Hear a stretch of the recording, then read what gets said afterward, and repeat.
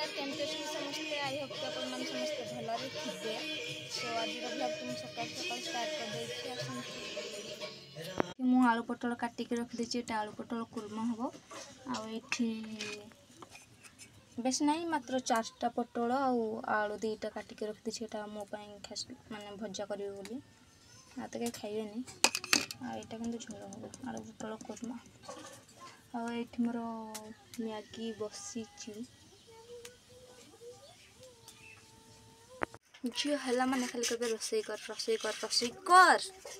मोर Maggi हो जाइए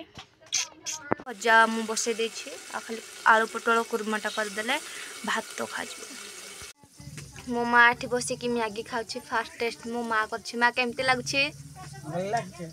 हाँ मो माँ कहला कि भल लगुच सो आम ए खाइबू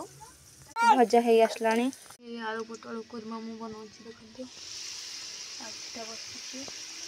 एबे मुझे जाऊँ झील को मैगी देके आसबी रागी कि धन तुम्हें सोना